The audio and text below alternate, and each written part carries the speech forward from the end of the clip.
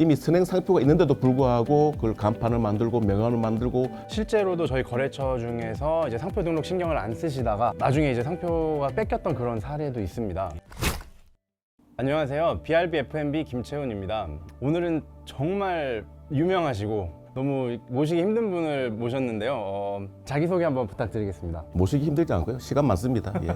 안녕하세요. 저는 아이디어창 국제특허법률사무소 대표 변리사입니다. 오늘 우리 김채훈 이사님이 특허라든지 상표 전반적으로 이 방송을 보시는 분 도움이 되시라고 저를 인터뷰 초청하셨는데 초대해 주셔서 너무 감사합니다. 감사합니다. 일단 변리사님께 몇 가지 여쭤보고 싶은 게 있어요. 변리사가 되시기 전에 어떤 일을 하셨었는지 궁금합니다. 보통 변리사들이 대학 졸업하고 시험 준비를 해서 변리사가 되는 경우도 있고, 저 같은 경우는 이제 대학원 마치고 일반 기업체 연구원으로 취직을 했다가 거기서 좀 마음을 바꾸어서 변리사 준비를 했고, 쓰렘이라는 다국적 기업에서 제가 특허팀장, 연구원 토탈 합쳐서 10년 정도 근무하고 지금 나와서 이제 개업을 해서 제가 10년 정도 되고 있습니다. 예. 상표 등록을 대략 어느 정도 출원을 하셨는지. 지금까지 뭐 1000여 건 넘죠. 그쵸. 특허도 이제 기술 분야별로 나눴는데 각자가 팀을 두고 있고 상표팀이 또 따로 있거든요. 그래서 아주 일사천리로 신속하게 진행을 잘 해드리고 있습니다.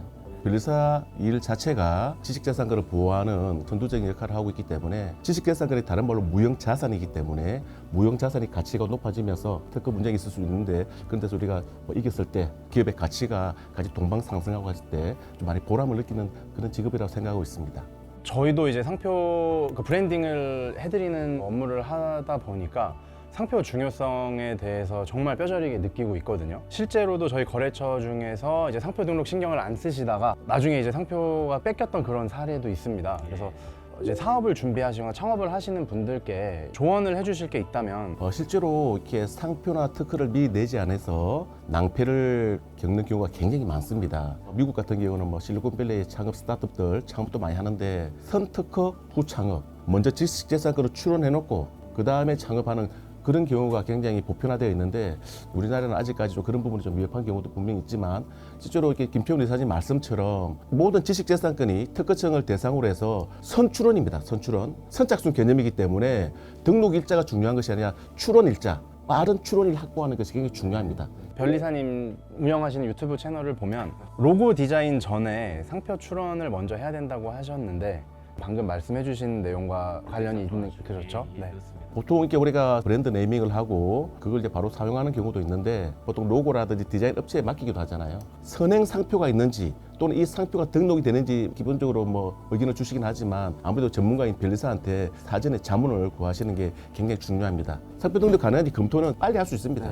근데 그걸 하고 안 하고의 리스크가 있기 때문에 이미 선행 상표가 있는데도 불구하고 그걸 간판을 만들고 명함을 만들고 각종 패키지에 그걸 마킹을 내가 사용했을 때 상표 침해 문제가 발생하거든요. 모든 걸 폐기하고 심지어는 이렇게 소송 들어가면 손해배상도 물어야 될 그런 경우도 생기기 때문에 로고 디자인 하기 전에 먼저 이게 상표 등록이 가능한지를 확인한 다음에 제작을 하는 것이 순수가 그게 맞습니다. 이 상표라는 거는 시간이 지날수록 가치가 높아지는데 초기에 빨리 바꿔가지고 고유의 어떤 그런 브랜드 네이밍을 해야지 도용하지 않으려고 하더라도 의도와 상관없이 동일한 선행 상표가 있다고 그런다면은 그런 상표 침해 문제가 되기 때문에 반드시 사전에 검토를 하셔야 됩니다. 매우 중요한 것 같습니다. 네. 예.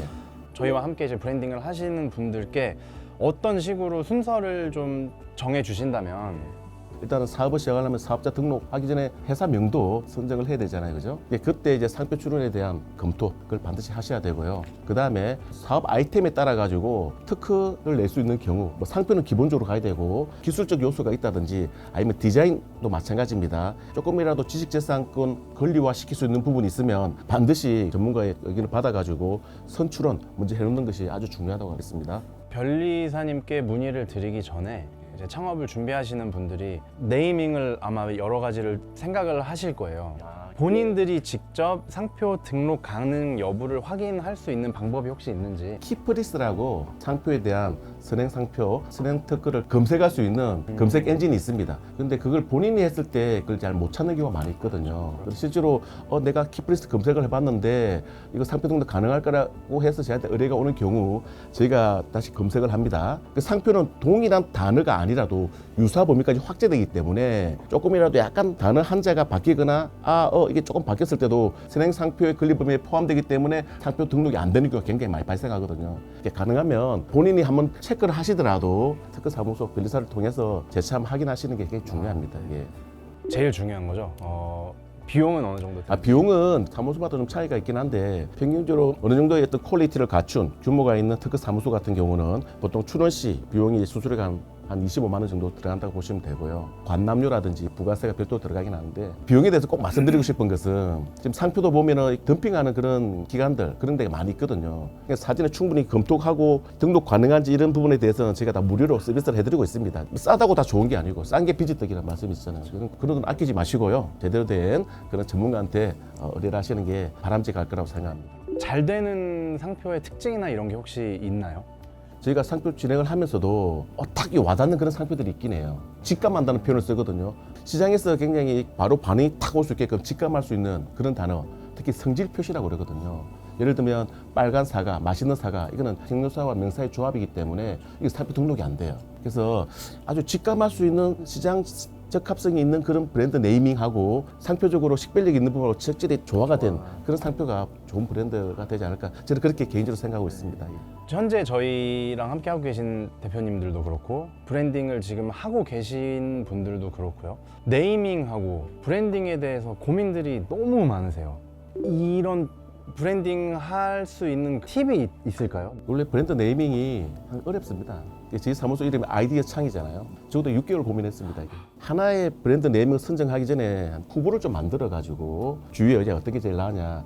그리고 동시에 저한테 등록 가능한지도 더블 체크를 같이 하는 거죠. 4개의 후보군 상표 중에서 1번이 미된다면 저렇게 하루 좁혀나가는 방법들이 있겠죠. 그리고 지금 이 방송을 보시는 분들이 만약에 상표 출원이라든지 등록이 가능한지 그런 부분들은 문의를 해주실 때 창업 선생님 통해서 연락을 주신다고 하면 제가 특별히 신경을 써서 잘 세밀하고 꼼꼼하게 잘 검토를 해드리도록 하겠습니다. 지금 현재 저희 하고 계신 분들 중에 상표 등록이 아직 안 되어 있는 분들도 있으세요. 그래서 영상을 보시고 빠른 시일 내에 이제 문제가 되지 않도록 보호를 빨리 하시는 게 좋을 것 같습니다. 네. 궁금한 게 또 하나 있습니다. 예, 말씀하십시오. 예. 상표 등록 신청부터 상표 등록이 완료될 때까지 소요되는 시간이 상당히 길잖아요. 기간에 대해서 좀 알려주셨으면 좋겠고 혹시 좀 줄일 수 있는 방법 뭐 이런 노하우가 있는지. 그건 이제 특허청 내부 절차의 문제거든요. 날짜가 언제까지 가이드라인이 딱 기준점이 있는 것이 아니라 대략적으로 심사 실무 얼마나 적체되어 있는지 따라가 다르긴 한데 통상적으로 보면 일반 우리 상표 출원의 경우 한 10개월 길게는 1년까지도 이렇게 좀 늦어지는 경우도 있거든요. 한 10개월 정도를 이렇게 정점으로 보시면 될 것 같고 빨리 등록을 받아야 되는 경우는 우선 심사라는 제도가 있습니다. 그런 경우에는 한 2, 3개월 안에 이제 등록료가 결정이 되거든요. 제가 말씀드린 바와 같이 출원일이 중요합니다. 그 상황에 따라서 빨리 등록증이 필요하면 우선 심사 제도를 활용하시면 되겠습니다. 마지막으로 창업을 준비하시는 저희 구독자분들 그리고 시청자분들께 조언 아니면 또 한마디 해주실 수 있으실까요? 네. 상표는 자타 상표를 구별할 수도 있고 그걸 얼만큼 품질을 보증할 수 있는 그런 기능을 가지고 있고 그래서 상표는 아까 말씀드린 것처럼 등록받으면 반영구적으로 10년 안에 이렇게 갱신이 되거든요. 그리고 이 상표는 앞으로 정말 평생 자기 이름처럼 그래서 안고 가야 될 그런 하나의 상표이기 때문에 그 시간이 지나면 가치도 올라간다는 점. 그래서 초반에 정말 상표를 선정할 때 신중하게 선정을 하시고 법적인 문제가 있는지 없는지 반드시 꼼꼼히 확인하신 다음에 그 가치를 높여나가는 게 제가 중요하다고 할 것입니다. 이번에 우리 특허 출원한 거 있잖아요. 그 소자본 창업 플랫폼. 그게 지금 보니까 일단 후보 브랜드, 이런 브랜드로 사업을 하고 싶다라고 플랫폼에 올리기만 하면 소자본 창업 플랫폼 안에서 제품의 생산, 유통, 판매, 그 다음에 뭐 우리 CS 모든 일괄 다 해주는 그런 시스템이잖아요. 브랜드 네이밍 정해서 변리사님께 상표 등록하고 브랜딩해서 저희랑 제품을 만들어서 대표님들께서는 영업만 하시면 되는. 아주 굉장히 수월하게 영업만 하시면 되고 나머지 모든 우리 BRB 다 알아서 해주는 거 아니에요? 네, 맞습니다. 최초인 것 같은데. 예. 화이팅! 바쁘신데 이렇게 찾아주셔서 너무 감사하고요. 앞으로도 좋은 인연이 되어서 함께 협력해서 좋은 비즈니스 파트너로 한 팀이 되는 거죠? 예. 우리 창업 선생, 우리 유튜브를 보시는 분들 모든 비즈니스도 건승하기를 제가 크게 응원하고요. 상표적인 특허적인 이슈가 있으시면 창업 선생 보고 연락드렸습니다라고 하면 제가 더 특별히 신경 써서 지식재산권 관련 아주 서비스를 잘 해드리도록 하겠습니다. 예, 잘 아시다시피 모든 비즈니스 출발은 브랜드입니다. 온라인이든 오프라인이든. 그래서 반드시 자기 상품이든 그걸 표방하는 서비스업이든 항상 브랜드에서 출발해야 된다는 것 잊지 마시기 바랍니다. 창업 선생 화이팅! 화이팅! 아이디어 창 화이팅!